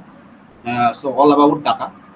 সো আমরা যে ডাটা রিপ্রেজেন্টেশনকে এখন রিসোর্স নামে এসে আমরা চিনবো, এখন আমরা রিসোর্স বলবো আর ডাটা বা এরকম কিছু বলবো না। সো রিসোর্স ক্যান বি, এখানে বলতেছে এর রিসোর্সগুলো সিঙ্গেলটন হইতে পারে আর কালেকশন হইতে পারে। সো সিঙ্গেলটন কালেকশন কেমন, যেমন কাস্টমার্স কালেকশন, যেমন আমরা যদি বলি দেখেন এখানে একটা নেমিং কনভেনশন আমরা দেখতে পাচ্ছি যে প্লুরাল হিসেবে আছে এখানে কাস্টমার্স। সো যদি এরকম কোনো এন্ড পয়েন্টের শেষে যদি আমরা দেখি এরকম কিছু আছে, তো সেটা আমরা বুঝবো যে এটা একটা কালেকশন রিসোর্স, একটা কালেকশন রিসোর্স। যদি দেখি যে এন্ড পয়েন্টে, আচ্ছা end point path, URI, URN, এগুলো কিছু টার্ম আছে, তো দেখি ওইগুলো ডিসকাস করা যায় কিনা নিচে। এগুলো এসব বিষয়ে গেলে আরো অনেক সময় চলে যাবে। সব কিছু কিছু টার্ম আসবে যেগুলো সবারই জানার কথা, তো ওইগুলো নিয়ে আমি ডিটেলসে বেশি যাবো না। তো যেমন আমি এন্ড পয়েন্টের কথা বললাম এখানে, যে এন্ড পয়েন্ট আসলে এটা কি, তো ডিটেলস আর যাচ্ছি না, যে দেখি পরের সময় পেলাম দেখুন। তো এন্ড পয়েন্টের শেষে আমরা যদি এরকম দেখি যে প্লুরাল কোনো নাউন ইউজ করা হয়েছে, তো সেখানে আমরা সেটা রিসোর্স, ওটা হচ্ছে কালেকশন। আর যদি দেখি সিঙ্গেলটন রিসোর্সের ক্ষেত্রে আমরা দেখবো যে সেখানে একটা প্লুরাল না, অনেকখানি নাউন ইউজ করা হবে। কাস্টমার কালেকশন, যেমন এখানে আমরা দেখতে পাচ্ছি যে এই এন্ড পয়েন্টের শেষে যে কোনো একটা ডেটের কালেকশন। আর we can identify singleton, single customer resource. যে সিঙ্গেলটনের ক্ষেত্রে যেটা রিসোর্স হবে সেটা আমরা দেখবো যে সেখানে ইউআরআইটা বা এন্ড পয়েন্টের শেষে দেখবো আমরা একটা স্পেসিফিক আরেকটা প্যারামিটার গেছে এখানে, মানে এখানে দেখবো যে এখানে টোটাল কাস্টমার্স সেটা হচ্ছে একটা, এখানে একটা হায়ার এসে মেনটেন করা হয়, যেটা আমরা নিচে দেখবো আরো। এটা টোটাল একটা মডিউল বোঝাচ্ছে, কাস্টমার মডিউল। হ্যাঁ, এটা মানে না যে এটা যে এই এখানে যে শেষে এখানে এস আছে মানে এটা কেন সিঙ্গেলটন না, তো সেটা না, এটা আসলে বোঝাচ্ছে যে এটা একটা মডিউল, কাস্টমার মডিউল। তো সেইখানে শেষে যদি দেখি যে প্লুরাল ইউজ করা আছে, সেটা একটা কালেকশন হবে। আর সিঙ্গেলটনের ক্ষেত্রে দেখা যাচ্ছে সিঙ্গেলটনটা আসলে কি একটা সিঙ্গেল একটা এন্টিটি বা ডাটাবেজের একটা সিঙ্গেল ইউনিট বা অবজেক্ট, একটা সিঙ্গেল রেকর্ড, সেটাকে আমরা সিঙ্গেলটন হিসেবে বলতেছি। এই যে এখানে রিসোর্সে আবার দেখা যায় কি সাব কালেকশনও, সাব কালেকশন রিসোর্স, রিসোর্স আবার কি সাব কালেকশন হতে পারে। For example sub collection account, এখানে কাস্টমার্স, এই যে কাস্টমার আইডি, এখান পর্যন্ত এটা কি ছিল একটা সিঙ্গেলটন, বাট এখানে সেই আইডির আরো এখানে এটা আবার কালেকশন, সে আইডির আরো ওই আইডির এগেনস্টে তারা আরো মাল্টিপল অ্যাকাউন্ট থাকতে পারে। তো সেক্ষেত্রে দেখা গেল এটা একটা সাব কালেকশন, যেটা এভাবে এন্ড পয়েন্টগুলো ডিজাইন করা যায়। সিমিলারলি সিঙ্গেলটনের ক্ষেত্রে তাহলে এটা কি গেল, এটা হচ্ছে মানে কি সাব কালেকশনের মধ্যে হাইরেসের মধ্যে এটা গেল কালেকশন। আর হাইরেসের মধ্যে আবার কি সিঙ্গেলটন হইতে পারে, যেমন কাস্টমারের তার অ্যাকাউন্টস, সব অ্যাকাউন্টস গুলোর মধ্যে আবার আমরা একটা সিঙ্গেল একটা অ্যাকাউন্ট চাচ্ছি আমরা, তো সেক্ষেত্রে এটা কি গেল একটা সিঙ্গেলটন, একটা এন্ড পয়েন্টের এরকম ডিজাইন হতে পারে। তো কেন নেমিং গাইডটা, কেন নেমিং গাইডটা আসলে এমবিজিটি বা রিডাবিলিটি বাড়ানোর জন্য ইউজ করা হয়, এটা একটা গুরুত্বপূর্ণ জিনিস। রিসোর্স মডেল টুইট potential client developer, resource are named well, যদি আমরা একটা ভালো কোনো একটা নাম দিই বা দেখালো সেটা যে ইউজ করবে, আমরা যে ওয়েব এপিআইটা তৈরি করলাম যেটা সেই ক্লায়েন্ট যে ইউজ করবে, দেখা যাচ্ছে সেক্ষেত্রে তার বুঝতে সুবিধা হবে, বা এরকম কিছু উল্টাপাল্টা কিছু না দিয়ে কনভেনশন ফলো করলে বুঝতে তার সুবিধা হবে, যে কনজিউম করবে। এই জন্য আসলে এই নেমিং গাইডটা প্রয়োজন হয়। সো এখানে বেস্ট প্র্যাকটিসগুলো এখানে আমরা দেখবো, যেমন use noun to present a resource. আমরা রিসোর্স হ্যাঁ হ্যালো, হ্যাঁ হ্যাঁ হ্যাঁ আপনার যে জান সাইড থেকে দেখান। আপনারা বলছেন যে না use noun to different resources, আমি তো রিসোর্সের মধ্যে তো কন্ট্রোলার পড়ে, কন্ট্রোলার তো বেসিক্যালি আমরা যেটা করি অলওয়েজ ভার্ব ইউজ করি কন্ট্রোলার রিডিউসিং করার জন্য। এক্স্যাক্টলি তো এক্স্যাক্টলি, এখানে হ্যাঁ রিসোর্স হ্যাঁ বলতে আপনি কোন হ্যাঁ হ্যাঁ, আসতেছি মাহির, আসতেছি। ওই পাঠও আসতেছি এখানে। ওটা ওগুলো যে প্রথমে বলে দিলাম যে নাউন ইউজ, মানে এক্সেপশন আছে আসলে সবকিছুরই। এখানে যে আমি এখানে একটা পয়েন্ট বলে দিয়েছি, ইউজ নাউন, যে অলওয়েজ যে নাউন ইউজ করতে হবে তা না, বাট ম্যাক্সিমাম ক্ষেত্রে এগুলো কিছু ক্যাটাগরি আছে, যে ক্যাটাগরিতে আমরা মাঝে মাঝে আমাদের ভার্ব ইউজ করার প্রয়োজন হয়। তো সেগুলো আমরা আসবো, যে তোমার প্রশ্ন আমার আসতেছে, যে তোমার প্রশ্ন আসতেছে কন্ট্রোলার, বুঝতে পারছেন? তো হচ্ছে বেস্ট প্র্যাকটিস হচ্ছে নাউন। হ্যাঁ, রিসোর্স নেমিং এর ক্ষেত্রে বেস্ট প্র্যাকটিস হচ্ছে নাউন। তো এখন এই প্রশ্ন হতে পারে যে নাউন কেন, মানে সবকিছুতে কারণ থাকতে পারে, যে বলে দিলেন যে নাউন হবে। তো এখানে যেমন তারা একটা ব্যাখ্যা দিচ্ছে যে নাউনের প্রপার্টিস থাকে, সেরকমই ভার্বের কিন্তু কোনো প্রপার্টিস থাকে না। নাউন কি কেস, নাম্বার বা জেন্ডার, এই টাইপের কিছু গ্রামার যারা ভালো জানে সে বলতে পারবে। আচ্ছা দেখেন, নাউনের প্রপার্টিস থাকে কিন্তু ভার্বের কোনো প্রপার্টিস থাকে না। সো দেখা যাচ্ছে কি আমাদের যে রিসোর্সগুলো, সেই রিসোর্সের অ্যাট্রিবিউট থাকে। এই জন্যই বলতেছে যে রিসোর্স যখন নেমিং করবো তখন যেন সেটা নাউন হয়। তো এটা তার ব্যাখ্যা ছিল।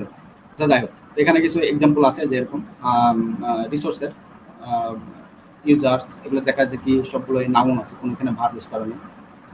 এই যে ফর মোর ক্ল্যারিটি, রিসোর্স আর টাইপকে আমরা আরো 4টা ভাগে ভাগ করতে পারি: document, collection, store and controller.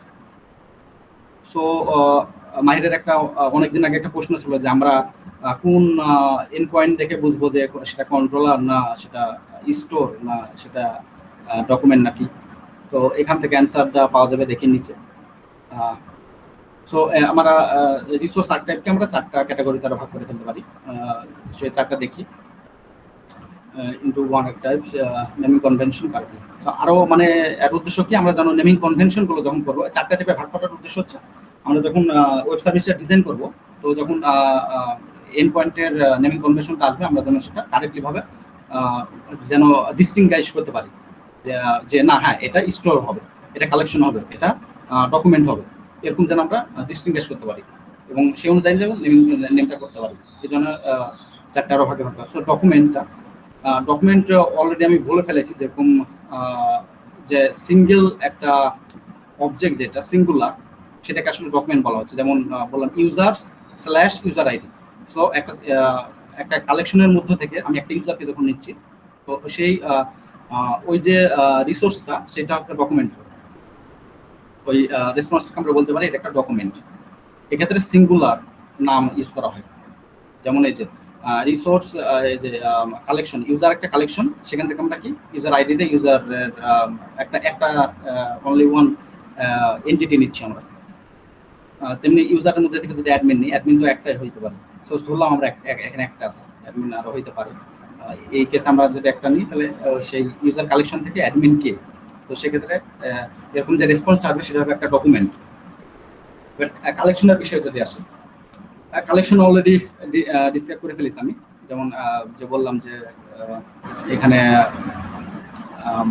Bunch of একটা এন্টিটি থাকবে, আর এক্ষেত্রে অনলি শুধু একটা সিঙ্গেল এন্টিটি, আর বাঞ্চ অফ এন্টিটি যেটা রেকর্ডের, সেই রিসোর্সটাকে আমরা কালেকশন রিসোর্স বলবো। কালেকশন হবে।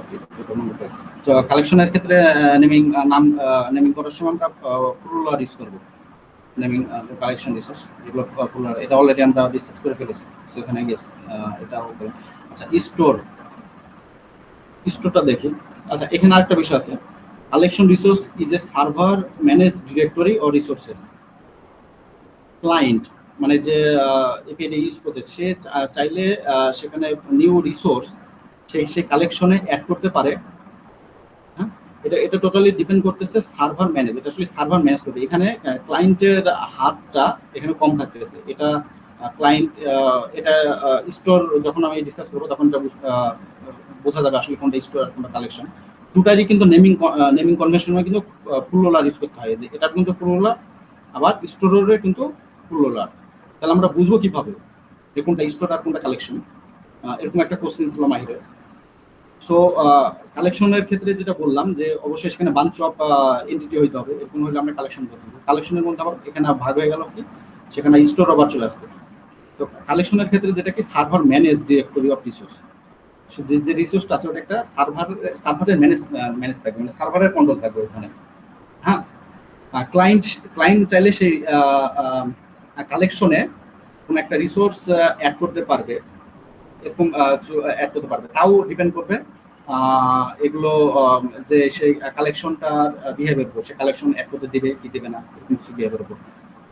আর স্টোর যেটা, স্টোর কিন্তু এখানে স্টোর কিন্তু এক প্রকারের একটা কালেকশন, আগেই বলে দিলাম। হ্যাঁ, স্টোরে কিন্তু স্টোরকে আমরা কালেকশন বলতে পারি, কিন্তু এখানে পার্থক্যটা যেটা হচ্ছে, কালেকশন হচ্ছে কি সার্ভার ম্যানেজ, আর স্টোর যেটা হচ্ছে ক্লায়েন্ট ম্যানেজড। এটা টোটালি ক্লায়েন্টের হাতে, মানে যে কনজিউম করতেছে টোটালি সে মেনটেন করবে সেই রিসোর্সটা। এটা কিন্তু একটা কালেকশন স্টোর। হ্যাঁ, সো আমরা যে এন্ড পয়েন্ট দেখে কিভাবে বুঝবো যে কোনটা রিসোর্স কালেকশন, ওইটাও দেখবো নি। তো স্টোর কি হচ্ছে, স্টোর ক্লায়েন্ট ম্যানেজ, যেটা স্টোর রিসোর্স এই ক্লায়েন্ট চাইলে সেখানে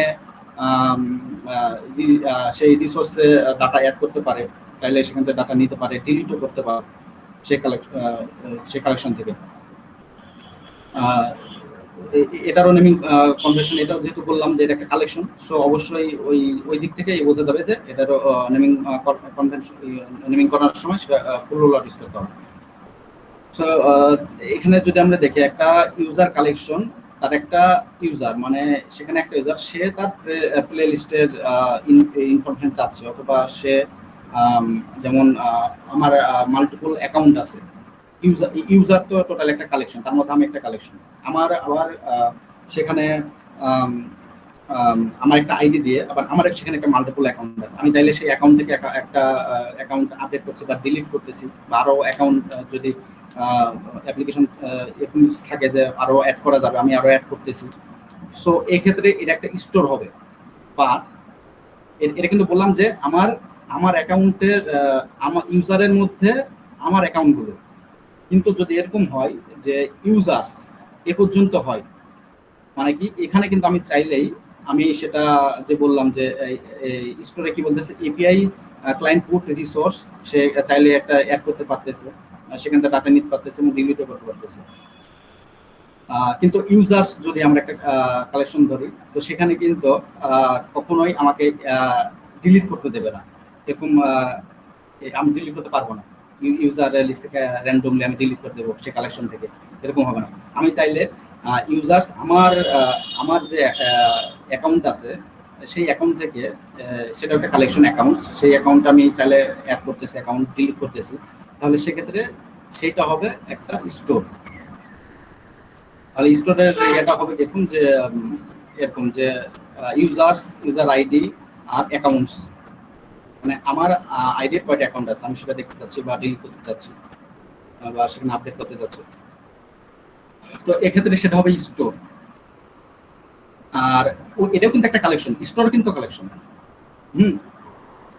সো কি স্টোরের ক্ষেত্রে, স্টোর কালেকশনের ক্ষেত্রে কন্ট্রোল থাকছে ক্লায়েন্টের, আর কালেকশনের ক্ষেত্রে কন্ট্রোল থাকতেছে যেটা বলতেছে সার্ভার ম্যানেজ ডিরেক্টরি রিসোর্স। হ্যাঁ, সো এই পার্থক্য হচ্ছে এইটা। তো মাহির, আমি যদি ভালোভাবে শুনতে পাও তাহলে, আর কোশ্চেন থাকলে এর মধ্যে করো জলদি, সময় বেশি না। এটা কি স্টোরের কালেকশনটা বুঝতে পারছো?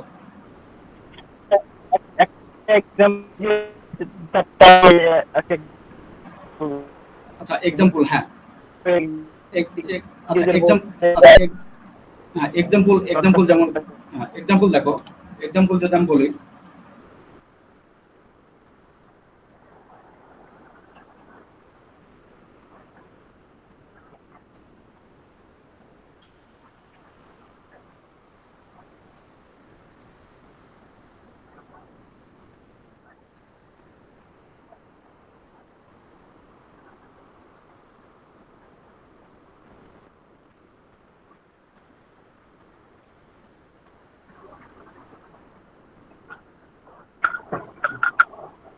এখানে দেখো, এখান থেকে আমরা বুঝতে পারতেছি এটা কি, এটা একটা কালেকশন, এখানে কোনো কনফিউশন নাই, এটা একটা কি, এটা একটা কালেকশন।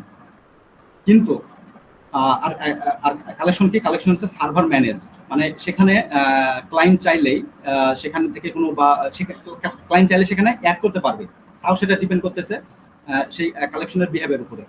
হ্যাঁ, কিন্তু ক্লায়েন্ট চাইলে অ্যাড করতে পারবে, কিন্তু ক্লায়েন্ট চাইলে যে সেখান থেকে ডিলিট করতে পারতেছে বা চাইলে সব ইনফরমেশন আমি নিয়ে দেখবো, এরকম কন্ট্রোলটা ক্লায়েন্টের হাতে আমি দেবো না। এই কন্ট্রোলটা আমি কি ক্লায়েন্টের হাতে দেবো না। যেমন আমি কি ইচ্ছা করলে কি আমি চাইলে কি অ্যামাজনের যত ইউজার আছে সবকে দেখতে পারবো, নিয়ে এসে দেখতে পারবো, এরকম কোনো এপিআই তারা দেবে আমাকে? দেবে না। সো এই ক্ষেত্রে এইটা হচ্ছে কালেকশন, এটা হচ্ছে কালেকশন। আর যখন স্টোরের ক্ষেত্রে বলি, স্টোরের ক্ষেত্রে কি কন্ট্রোলটা ক্লায়েন্টের, দেখো স্টোর কিন্তু একটা কালেকশন, কিন্তু স্টোরের ক্ষেত্রে কন্ট্রোলটা ক্লায়েন্টের হাতে থাকবে। এখন আমার অ্যামাজনে মনে করো যে আমার 5টা অ্যাকাউন্ট আছে, হ্যাঁ, আমি একটা ইউজার অ্যামাজনের, এক্ষেত্রে অ্যামাজন তো বাধ্য যে আমাকে ওই 5টা যে আমার অ্যাকাউন্টের ইনফরমেশন সে আমাকে দেবে না। তাহলে কি এখানে কি আসলো, মনে করো যে আমার অ্যামাজনের মধ্যে আমার একটা আইডি আছে, আমার ইউজার আইডি, এটা এখানে কি আমার অ্যাকাউন্টস। তো নেমিং কনভেনশন থেকে দেখো এটাও কিন্তু একটা কালেকশন হয়ে গেল, কিন্তু এটা একটা স্টোর এই ক্ষেত্রে। এবার আমি চাইলে সে আমার সেই অ্যাকাউন্টসের সে আপডেট করতে পারি বা ডিলিট করে দিতে পারি, তাই না? তো সেটা একটা স্টোর হবে। বাট আচ্ছা, এখানে 2টা করলে বুঝতে পারতে,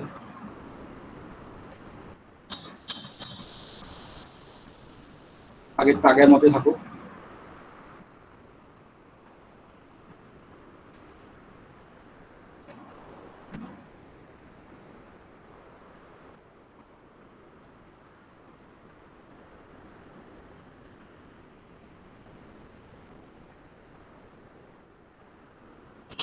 দেখো এখানে আমি লিখলাম collection but store. Naming convention থেকে দেখো এটা কিন্তু একটা কালেকশন, কারণ শেষে কি যে প্লুরাল আছে, এটা কিন্তু কালেকশন, কিন্তু এটাকে আমরা স্টোর বলবো, এটাকে আমরা স্টোর বলতে পারি। কালেকশনও তো বলতেই পারি, কিন্তু এটা একটা স্টোর হবে।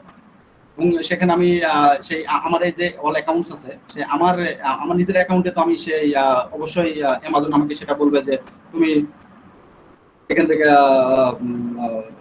আপডেট করো ডাটা, তাই না? এখান থেকে সে তাহলে আমাকে বলবে যে তুমি ডিলিট করো, এখান থেকে সে আমাকে অবশ্যই দেবে, সে কালেকশন থেকে আমার সে ডিলিট করে দিতে পারবে, তারপর সে আমাকে এখানে আমি সেখানে আপডেট করো, সে আমাকে দেবে এখানে। তো এক্ষেত্রে যখন মানে কন্ট্রোলটা ক্লায়েন্টের হাতে থাকতেছে, তখন সেটা আমরা বলতেছি কি সেটা একটা স্টোর। হ্যাঁ মাহির, আর কিছু বলবো না সামনে আগাবো? মাহিরি মানে ড্রপ করছে কল। আচ্ছা, ও মাহিরা তখন ছিল না। আমাদের সময় কম, যদিও সময় কম, কিন্তু তারপরে যেহেতু মানে কোশ্চেনটা আসছে, আমরা তো ডিসকাশন মোডেই আসলে করব। তো এখানে মনে আছে যে তোমার এক্সপ্লেনেশনটা কি কিছু এদিকে যাচ্ছে, যে মানে যেমন তুমি যেটা বলতেছো কালেকশন, মানে ওইটার হচ্ছে যে ডিলিট এপিআইটা থাকবেই না, ডিলিট ভার্ব বা ডিলিট কমান্ড যেটা রাখতেছো মানে সেটা থাকবেই না, আমরা চাইলেও ডিলিট করতে পারবো না, এরকম হতে হবে কালেকশনটাকে শুধুই গেট করতে পারবো। হ্যাঁ, এটা কন্ট্রোলটা জাস্ট সার্ভার ম্যানেজ হইতে হবে, মানে না সার্ভার তো কোনো মানুষ না, সার্ভার একা একাই কাজ করবে। মানে ক্লায়েন্ট বলতে কারা? ক্লায়েন্ট বলতে যেমন অ্যামাজনের এক্সাম্পল যদি দাও, আমি ইউজার, আমি টাকা দিয়ে অ্যামাজনের মান্থলি সাবস্ক্রিপশন নিচ্ছি, এই জন্য আমি ক্লায়েন্ট, নাকি অ্যামাজনের যদি কোনো অ্যাডমিন থাকে সেও কি তাহলে ওই এপিআই এর ক্লায়েন্ট? সে তারও তো ওই এপিআইটারে ইউজ করে, সে হয়তো ইউজারটা সে তৈরি করছিল, ইউজারের লিস্ট কেউ না কেউ দেখতে পারে, অ্যাডমিন বলো, সুপার অ্যাডমিন বলো, কোন একটা রোলের কেউ, আমার হয়তো ওই রোলটা নেই। কিন্তু আমি যদি এপিআই এন্ড পয়েন্ট থেকে চিন্তা করি, তাহলে তো ওই তুমি যেটা বলতেছো চাইলে সবকিছু আমি দেখতে পারবো কিনা, কেউ একজন তো চাইলে দেখতে পারে না, বা চাইলে ডিলিট করতে পারবো কিনা, কেউ একজনকে ডিলিট করতে পারে না, এই ডিলিট এপিআইটাকে নাই। অবশ্যই আপনি যেটা বললেন যে সার্ভার তো কোনো মানুষ না, আসলে সবকিছু তৈরি করতেছি তো আমরা ডেভেলপাররা। মানে মানুষ বলতে তারটা আসলে মানুষ ওইভাবে না, মানে মানে এই ইউজ করার জন্য তো ক্লায়েন্ট লাগবে। হ্যাঁ, মানে হ্যাঁ, ক্লায়েন্ট তো অবশ্যই লাগবে। তো দেখেন আমরা আসলে বলতেছি যে কনভেনশন গুলো বা যে প্রোটোকল গুলো আসলে মানে যেরকম নিয়ম কানুন করে তৈরি করা আছে এখানে সেটা ডিসকাস করা আছে। আমরা যেটা আমি বলছি যে হয়তো বা বলে দিছি যে না ডিলিট করা যাবে না, এটা তো পসিবল না। আমি প্রোগ্রাম, আমি ইচ্ছে চাইলে তো আমি সবকিছু ডিলিট করতে পারি, মানে তাই না? আর যেটা বললেন হ্যাঁ ক্লায়েন্ট, সেক্ষেত্রে যে অ্যাডমিন আসলে ওটাকেই হয়তো এখানে বুঝাইছে। এখানে আসলে হ্যাঁ এখানে ডিসকাসের প্রয়োজন আছে, আমার হয়তো বা ভুল হতে পারে। যে আমি আসলে এখানে যেটা মনে করতেছি সার্ভার ম্যানেজ বলতে বলতে বোঝাচ্ছে কিন্তু সে অ্যাডমিনকেই মনে হয় বোঝাচ্ছে, কারণ ডিলিট তো করা যাবে না এমন তো কথা না, তাই না? আমরা ডেভেলপার তৈরি করছে, সিস্টেম তো তৈরি করতেছে ডেভেলপাররা, সো অবশ্যই ওখানে এসে ডিলিট করা, যে আপনি বলে দিলেন যে ওখানে ডিলিট থাকবেই না, না এটা তো হয় না, এটা তো অবশ্যই হয় না, ডিলিট তো থাকতেই পারে। কিন্তু এখানে আসলে ডিস্টিংগাইজ মানে যেহেতু এখানে বললো যে রিসোর্স আর্কাইভটাকে তারা 4টা ভাগে ভাগ করে ফেলছে, সো এখানে ডকুমেন্টের সমস্যা নেই, কন্ট্রোলারেরও সমস্যা হবে না যখন আমি ডিসক্রাইব করবো, বাট কালেকশন আর স্টোর এই দুইটার মধ্যে আপনাকেও দুটাই কিন্তু দেখেন, দুটাই কিন্তু কালেকশন। আবার এই স্টোর কিন্তু একটা কালেকশন, সো এই দুটাকে আপনি যদি ডিস্টিংগাইজ করেন, সো আমার মনে হচ্ছে যে ডিস্টিংগাইজটা এটার উপর বেস করেই করা মানে করতে পারবো আমি, তাছাড়া আর অন্য কোনো ওয়ে দেখতেছি না, কারণ কি দুটাই কালেকশন। কালেকশন তো কালেকশনই, স্টোরও একটা কালেকশন। ওকে, এই যে আমরা তাহলে আমরা আপাতত মানে এতটুকু পর্যন্ত এটার জন্য রাখতে পারি, ডিসকাশনটা হ্যাঁ, এইটাতে না বাড়ে, আমরা পরের গুলাতে মুভ হ্যাঁ, করি যদি না কারো কোনো অবজেকশন থাকে। হ্যাঁ কারো কোনো অবজেকশন? আচ্ছা না এখানে ভালো, এটা আসলে ডিসকাশন মোডে, তো মাহির তো নেই মনে হয়, তাই না? এখনো জয়েন করেনি, চলো আমরা মুভ করি আচ্ছা, আচ্ছা। আমাদের টাইমের এখনটা হয়ে আচ্ছা শেষের দিকে প্রায় চলে এসেছি, প্রায় শেষের দিকে, রেসপুলাল কনভার্সন শেষের দিকে ছিল। আচ্ছা আচ্ছা, এই যে মাহিরেরই এখানে আরেকটা প্রশ্ন ছিল, যে বললো যে আমি যে প্রথমে বলছিলাম যে নাউন হইতে হবে, সো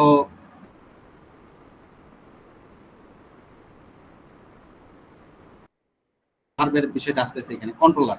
সো কন্ট্রোলার যে এন্ড পয়েন্ট আমরা কোনটা থেকে বুঝবো যে এটা একটা কন্ট্রোলার? এটা একটা মডেল প্রসিডিউরাল কনসেপ্ট কন্ট্রোলার, যেটা এক্সিকিউটেবল ফাংশন বুঝবো, যেটা কোনো একটা কাজ করতেছে, যেমন আমরা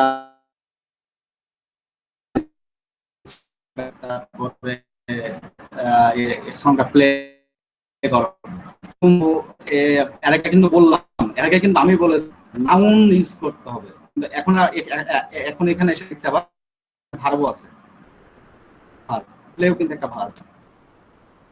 তো এই কনভেনশন গুলো করা হয়েছে যে আসলে সব জায়গায় যে কনক্রিট যে ক্ষেত্রে যেগুলো বলে দিচ্ছে যেটা একটা ভাব ইউজ হয়,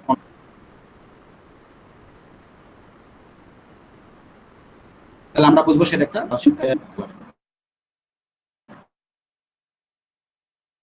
শেষের দিকে কথা ড্রপ। আচ্ছা এখন আচ্ছা আচ্ছা এবার কিছু আরো ছোটখাটো কিছু নিয়ম দেখে নিন, যে কনসিস্টেন্সি যে কি, ইউআরআই ফরম্যাটিং, ইউআরআই গুলো আমরা এমনভাবে যেন ডিজাইন করবো যেন মিনিমাম অংশের অ্যাম্বিগুইটি হয় এবং ম্যাক্সিমাম রিডেবিলিটি, মানে সহজে যেন করে বোঝা যায়। এখানে বলতেছে কি use forward slash for hierarchical relationship, তো এরকম যেমন এই যে আমরা ফরওয়ার্ড স্ল্যাশ দিয়ে হায়ারার্কিক্যাল গুলো বোঝাই, আর ইউজারের মধ্যে একটা ইউজার, সেই একটা ইউজারের মধ্যে আরো মাল্টিপল অ্যাকাউন্টসের মধ্যে একটা অ্যাকাউন্ট, এগুলো এখান থেকে আমরা বলতে পারি কি এর একটা ডকুমেন্ট এরকম কিছু, বা কোনো কালেকশন, এরকমভাবে আমরা উপরে যা দেখলাম এখান থেকে আমরা সেগুলো ডিসটিংগুইশ করতে পারি এই এন্ডপয়েন্ট দিয়ে। Do not use trail forward slash. একটা ভালো প্র্যাকটিস হলো কি আমরা যখন এন্ডপয়েন্ট গুলো ডিজাইন করবো শেষে যে একটা স্লাইস দিই আমরা, সেটা না দেওয়া হচ্ছে বেস্ট প্র্যাকটিস। দিলে যে আহামরি কিছু হয়ে যাবে বা কাজ করবে না এরকম কিছুই না, অবশ্যই কাজ করবে, বাট যদি না দিই আমরা সেটা একটা বেস্ট প্র্যাকটিস, সেটা ফলো করা উচিত। This is much better version, যেমন এই যে এইটার চেয়ে এই যে এইটা একটা ভালো ভার্সন। আচ্ছা use hyphen to improve readability, আমাদের দেখা যাচ্ছে কি নেমিং করার সময় একটা বড় কোনো সেন্টেন্সের প্রয়োজন, মানে বোঝানোর জন্য এটা আসলে এন্ড পয়েন্টের কাজ কি, তো সেক্ষেত্রে আমরা হাইফেন ইউজ করব। এক্ষেত্রে নিচে বলতেছি কি আন্ডারস্কোর আমরা ইউজ করবো না, এরকম আন্ডারস্কোর ইউজ করবো না। টোটাল এটা একটা খুবই খারাপ প্র্যাকটিস, যারা ইউজ করে বা এরকম জানে না, এরকম আমরা কখনো হাইফেন ইউজ করবো না এন্ড পয়েন্টে, আমরা অলওয়েজ ইউজ করবো কি হাইফেন ইউজ করবো, আন্ডারস্কোর ইউজ করবো না। আর এগুলো লর কেস হইতে হবে, ইউআরআই গুলো অলওয়েজ ল লেটারে হইতে হবে, এটা একটা গুড প্র্যাকটিস। আর ইউআরআই এর একটা যে প্রপার্টিজ হচ্ছে সেটা হচ্ছে কেস সেনসিটিভ, এক্সপেক্ট এই পর্যন্ত, এই পর্যন্ত এটা কেস সেনসিটিভ, মানে কেস এই পর্যন্ত সেটা ইনসেনসিটিভ, মানে এই পর্যন্ত সে প্রবলেম হবে না তার। এই ক্ষেত্রে যদি আমি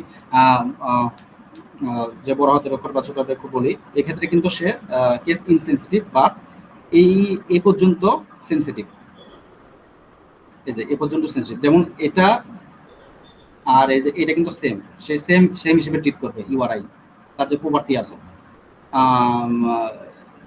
কিন্তু এখানে এই যে এইটা এইটা আর এটা কিন্তু ডিফারেন্ট হয়ে যাবে, এবার এটা আর এটা কিন্তু ডিফারেন্ট হয়ে যাবে। এ পর্যন্ত যে বললাম সেম, এটা কিন্তু লোয়ার কেস আর আপার কেস আছে, তার মধ্যে এই পর্যন্ত সেম থাকবে। মানে এই যে প্রোটোকল, এইটুকে বলা হচ্ছে প্রোটোকল, এটা হচ্ছে ডোমেইন, আর এটা হচ্ছে কি পাথ, মানে আমরা যেটা এন্ডপয়েন্ট বলি। সো পাথ পর্যন্ত সেটা হচ্ছে কেস সেনসিটিভ, বাট এ পর্যন্ত কেস সেনসিটিভ না, এ পর্যন্ত সে আমি যা লিখি সে একই ট্রিট করবে। সো বেস্ট প্র্যাকটিস হলো কি অলওয়েজ লোয়ার কেস ইউজ করা। আচ্ছা গেল নেভার ইউজ ক্রুড ফাংশনাল। আমরা ইউআরআই গুলো নেমিং করার সময় কখনোই ক্রুডের যেমন গেট ইউজার বা এরকম কিছু ইউজ করবো না। যেমন যেটা যেখানে আমরা দেখতেছি এরকম ইউজ করবো আমরা, যেখানে পোস্ট যে মাহিরেরই তো সব কোশ্চেন ছিল, মাহির তো নেই, জয়েন করতে পারতেছি না, ওর নিজের সমস্যা হচ্ছে। আচ্ছা যাই হোক, তুমি কন্টিনিউ করো। তো এই যে দেখা যাচ্ছে কি আমরা কোনো ক্রুডের বোঝাবো না যে এই আমার এন্ড পয়েন্টটা কোন কোন ক্রুড, মানে কি ধরনের অপারেশন বোঝাচ্ছে, এরকম আমরা বোঝা যায় এরকম কিছু আমরা নাম দেবো না বা এরকম কিছু করবো না আমরা।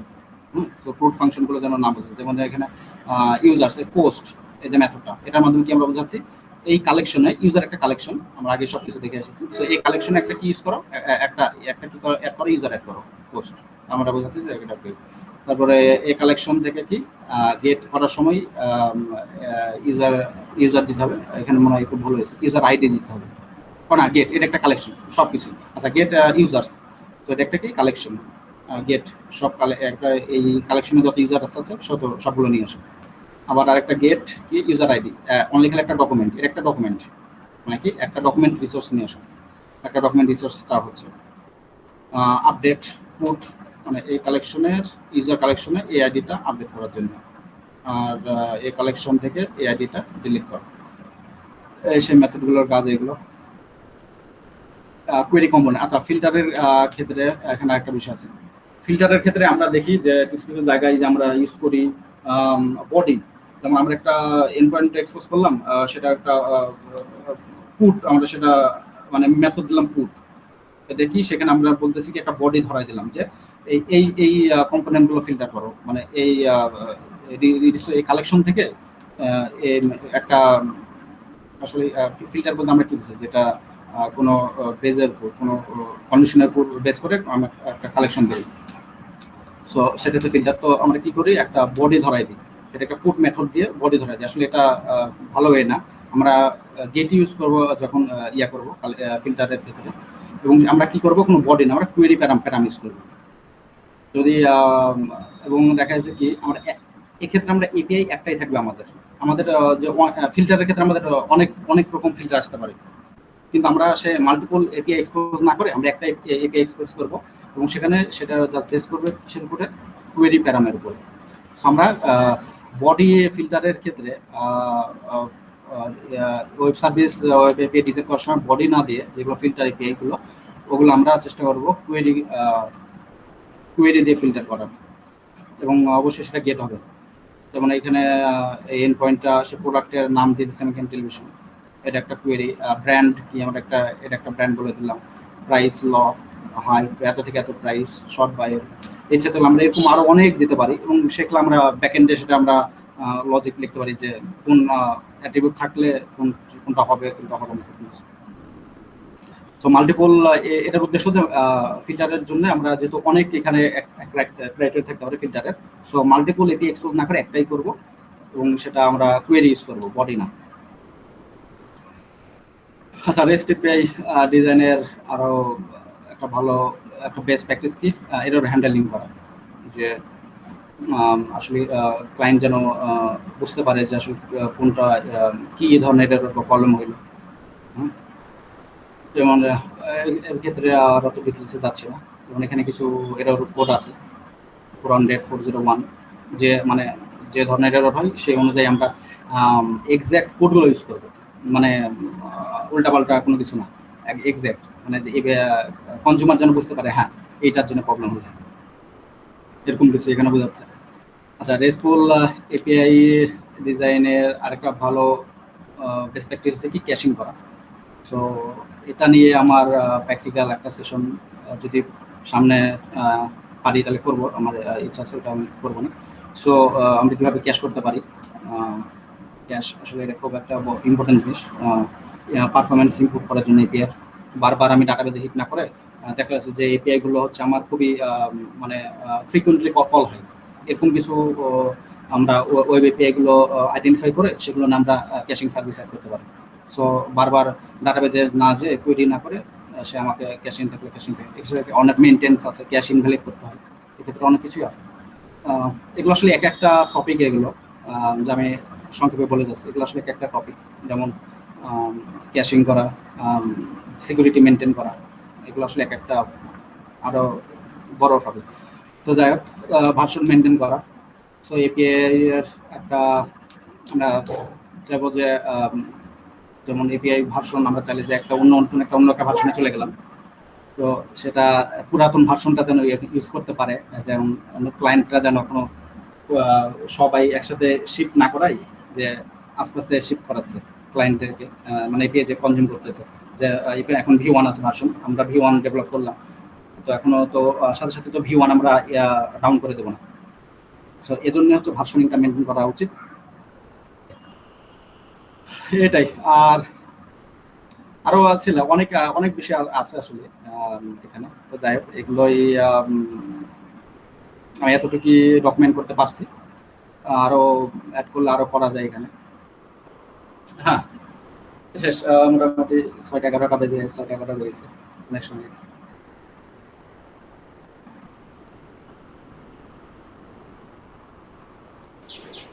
মাহিরের তখন মানে একটা কোশ্চেন ছিল পুট আর প্যাচ নিয়ে, ওইটা সম্বন্ধে যদি কিছু বলার থাকে তাহলে বলো। ক্রুড ডিসকাস করতে পারে। হ্যাঁ, ক্রুড আর পুট আর প্যাচ, মানে তুমি চারটে ভার্বের কথা বলছো, মানে এই চারটে কমন, গেট, পোস্ট, পুট এবং ডিলিট। হ্যাঁ হ্যাঁ হ্যাঁ হ্যাঁ, কিন্তু আরেকটা ভার্বের কথা বলতেছিল মাহির, ও প্যাচ। আচ্ছা, হ্যাঁ, ক্রুড প্যাচ, PATCH, প্যাচ। হ্যাঁ, PATCH, প্যাচ। আচ্ছা, তো এটা আচ্ছা, এখানে আমরা মার্বেলসের কখন ক্রুড আসলে যে চারটা মেথডের কথা বললাম, তো চারটা মেথডকে আসলে এভাবে আসলে বোঝানো যায়। আমরা তো জানি যে ক্রুড, তাই না? না না না না না না না না না, ক্রুড পুট আচ্ছা, পুট আচ্ছা, পুট। মাইল পেজটা কই থেকে পাইছো? আচ্ছা, মাহিরিতে যেহেতু নাই, সো আচ্ছা আচ্ছা, অন্য কারোর অন্য কোনো কোশ্চেন থাকলে চলো সেগুলো নিয়ে আমরা 3 মিনিটের ভিতরে মানে শেষ করে দিই। আমরা অলরেডি 7 মিনিট 8 মিনিট বেশি নিয়ে নিছি, আর 2 মিনিটের ভিতরে শেষ করি। হ্যাঁ আচ্ছা, অন্য কারো আচ্ছা, ওই যে চারটা এর মধ্যে আমি একটু বলতেছি যে আমি একটা জিনিস বোঝাতে চাচ্ছিলাম, যে আমরা যে ওই যে একটা মেথডের কথা বললাম, যে আমরা আসলে তো জানি যে ডাটাবেজে আমরা ডেটা অপারেশনসে আমরা এইভাবে ইউজ করি, এটা বলি ক্রুড বলি আমরা। আর যে চারটা মেথডের কথা বললাম, যে পোস্ট, গেট, পুট আর কি ডিলিট। হ্যাঁ, তো আসলে এই চারটা মেথডে আমরা এভাবে লিখতে পারি যে অপারেশনগুলোর সাথে সামঞ্জস্য রেখে এই যে ক্রিয়েট, এটা তো আসলে ক্রিয়েট, তাই না? আমরা সবাই জানি। তো এইটা কি, এটা আসলে পোস্ট বোঝায় নাকি আমরা একটা রিসোর্স, একটা কালেকশনের মধ্যে আমার একটা কালেকশন আছে, সেই কালেকশনে আমরা একটা রিসোর্স তৈরি করতেছি। হ্যাঁ, রিড, যেটা আমার বুঝি আমরা, এটা আসলে কি আমরা ইউজ করতে পারি এখানে মেথড গেট। হ্যাঁ, আপডেট, তাই না? আপডেট, এই আপডেটের জন্য কি ইউজ করতে পারি আমরা পুট। এখানে আরেকটা আছে প্যাচ, প্যাচ প্যাচ আরেকটা মেথড আছে। হ্যাঁ, তবে আমি প্রথমেই বলছিলাম যে রেসপল এপিআই এর 4টা মেথড, যে post, get, put and delete most widely use হয়। প্যাচ আমিও ইউজ করছি, প্লাস দেখছি, এটা আমার অজানা না, এটা আমি দেখছি। প্যাচ প্যাচ একটা মেথড আছে। এটা আমি আমার যতটুকু মনে হচ্ছে এটা পুটেরই একটা অল্টারনেটিভ, এরকম কিছু একটা, মানে এক্সাক্ট আমার এখন মনে হয়, অনেকদিন এটা আমি দেখিনি। আচ্ছা, যেহেতু সেশনটা রেকর্ড হচ্ছে, সো অন্য কারোর যদি হয়, আমরা তো যে কেউ আসলে ফিডব্যাক আমরা দিতেই পারি, সো অন্য কারোর এখানে থাকলে বলতে পারো। ভাই এখানে আমি বলি তাহলে, এখানে পুট অ্যাকচুয়ালি যেটা করি আমরা পুরো একটা অবজেক্ট, আমার ধরেন আমি ইউজার একটা টেবিলে ডাটা সেভ করতেছি, আমার first name, last name, email, হাবিজাবি অনেক ইনফরমেশন আছে। তো আমরা যখন পোস্ট করতেছি, পুট করতেছি, তখন আমাদের সমস্ত ডাটাগুলোই নিয়ে এসে আমরা জিনিসটাকে আপডেট করি। যদি এইরকম হয় যে আমি শুধু নামটা আপডেট করবো, ইউজারের নেম, তো আমার বাকি লাস্ট নেম, টাস্ট নেম কিংবা ইমেইল অ্যাড্রেস, হাবিজাবি এগুলো নিয়ে আমি কোনো টাচ করতেছি না, আমি শুধু একটা প্রপার্টি আপডেট করব, তখন আমরা প্যাচ মেথডটা ইউজ করি শুধু একটা প্রপার্টি আপডেটের জন্য। মানে একটা প্রপার্টি নাকি মানে পার্শিয়াল প্রপার্টি, মানে একটা না হয়তো 10টার ভিতরে 2টা বা 3টা? হ্যাঁ, 10টার ভিতরে 2টা, মানে এইরকম, মানে আর কি টোটাল অবজেক্টটা আমি না ধরে আমি একটা নির্দিষ্ট পোরশনটা আপডেট করতেছি, সেই ক্ষেত্রে আমরা প্যাচ অপারেশন বলে ইউজ করি। হ্যাঁ, এটা একটা মানে লজিক্যাল মনে হচ্ছে। যেমন আসলে দেখেন, মাসুমে আমরা যখন আপডেট করি কোনো কিছু, আমরা আসলে যে সম্পূর্ণ অবজেক্টে যে অলওয়েজ আপডেট করি তা কিন্তু না। মানে আপনার হচ্ছে এখানে ওই ডিস্টিংগুইশ করার এর একটা মানে ওয়ে জাস্ট বললেন যে আমরা যখন একটা অবজেক্ট আছে, first name, last name, email আছে, আমরা সেখান থেকে সবগুলো না করে একটা করব, তখন আমরা প্যাচ করব, পুট না করে। এটা একটা বেস্ট ওয়ে হইতে পারে। হ্যাঁ, বাট আমরা এটাই মাসুম যেটা বললো, হ্যাঁ ওইটাই ঠিক। সো চলো, আর কারোর কোনো কোশ্চেন আছে কিনা, এটা নিয়ে না আগাই। আর কারোর কোনো কোশ্চেন না থাকলেও সব একটু আনমিউট করে বলো যে নাই, তাহলে বোঝা যাবে যে নাই। নাই ভাই। কোশ্চেন তো ছিল মাহিরের তো চলে যাবে। রাকিবুল আনমিউট করে বলছিলাম, আমি সিরিয়াল আসতেছি। রাকিবুল। না ভাই, আপাতত কোনো কোশ্চেন নেই। ওকে, তাহলে আমরা জানি যে টপিকটা অনেক বড়, অবশ্যই আসলে সময় নিলে আরো অনেক সময় নিয়ে বলা যেত। সো অল্প সময় ভিতরে চলো সবাই থ্যাঙ্কস দেই। প্রেজেন্টেশনটা হয়েছে, ভালো হয়েছে, আমি হাততালি দিলাম। ওমর ভাই ভালো প্রেজেন্টেশন হয়েছে। তো তারপর আর কি, আমরা একটু ডিসকাশন এটা করতেই পারবো। সো এরপরে যদি কারো কোনো কোশ্চেন থাকে, আমরা নিজেরা এটা নিয়ে দরকার হলে এটা আরো একটু ডিটেইলে আমরা আরেকটা সেশন করতে পারি। বাট আজকের মতো চলো শেষ করে দিই, যদি কারো কোনো কোশ্চেন। আচ্ছা, আমার হচ্ছে কোশ্চেন যেটা ওই মানে যে স্টোর আর কালেকশন, আসলে আমি যতটুকু করে বুঝছি যে মানে তাদের দুটাই হচ্ছে কালেকশন, মানে কালেকশন রিসোর্স, দুটো হচ্ছে কালেকশন রিসোর্স। হ্যাঁ, বাট তাদের ডিস্টিংগুইশের আমি ওয়ে পাইছি কি, একটা হচ্ছে ক্লায়েন্ট ম্যানেজ করতেছে স্টোর, আর ওইটা সার্ভার ম্যানেজ। আমি এটা কিন্তু আপনি যদি আরো মানে জানেন তাহলে এটা আমাকে একটু বলতে পারেন, কারণ এটা আমার কনফিউশন আছে। আচ্ছা, ওইরকম করে বলতে গেলে তোমার আবার সবই ডকুমেন্ট, ওই সবই রিসোর্স, আমরা ওই রিসোর্স নিয়েই ম্যানিপুলেশন করি গেস্টের ভিতর দিয়ে। তো চলো সবগুলোর অ্যান্সার এইভাবে একে একে যাওয়ার দরকার নেই, কোশ্চেন থেকে যাক, ভিতরে ইয়েটা থাকুক, সবাই একটু চলো সার্চ করি, সবাই নিয়ে এটা দেখি, মানে আগ্রহটা যে তৈরি হয়েছে এটা ভালো।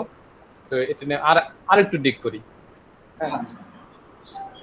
তো তারপরে মানে আমাদের তো আরো ইয়াগুলো আছে যে কখন কোনটার এটা তো আরো একটু হয়তো ডিপ লেভেল, বা আরো কিছু এক্সাম্পল দিয়ে কোনটা কেন না, মানে এরকম কিছু এক্সাম্পল দিয়ে যে ওইটার আসলে ভুলভাবে আমরা কিভাবে তৈরি করতে পারি, সেগুলো নিয়ে হয়তো দেখা যাইতে পারে।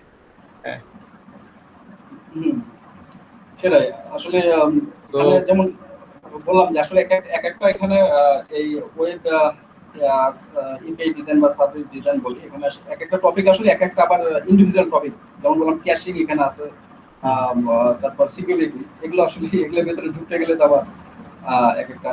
তো আমি ক্যাশিং নিয়ে দেখি ওই নেক্সট ডিসকাস আছে, সেখানে টোটালি হচ্ছে হ্যান্ডস অন প্র্যাকটিক্যাল রেডিস সার্ভারের সাথে দেখানো ট্রাই করবো। নেক্সট ঈদের ছুটির আগে যদি সম্ভব হয় তাহলে আমি দেখাবো ক্যাশিংটা, যেটা পারফরমেন্স আমরা ইনপুট করতে পারি।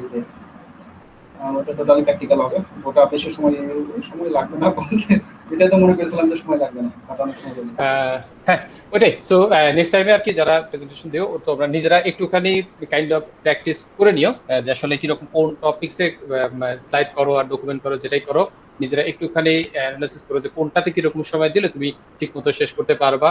কোনো কারণে যদি রান টাইমে এসে দেখো যে সময় বেশি লেগে যাচ্ছে, তাহলে হয়তো যে কোনো একটা ফাস্ট করে যেটা স্কিপ করা যায় সেটা একটু তাড়াতাড়ি করে বেশি ইম্পর্টেন্ট যেটা তুমি মনে করছো বা তুমি সেটার জন্য বেশি প্রিপেয়ার হয়েছে সেটাতে একটু বেশি এমফাসিস দিও, তাহলে লাস্টে আমাদের তাড়াহুড়ো করে শেষ করে দিতে হবে না। বাট ডেফিনেটলি আমরা কন্টিনিউ করবো না, চলো আজকের মতো শেষ করে দিই। আচ্ছা ঠিক আছে, ঠিক আছে, তাহলে গেলাম। Thank you Omar, again once again.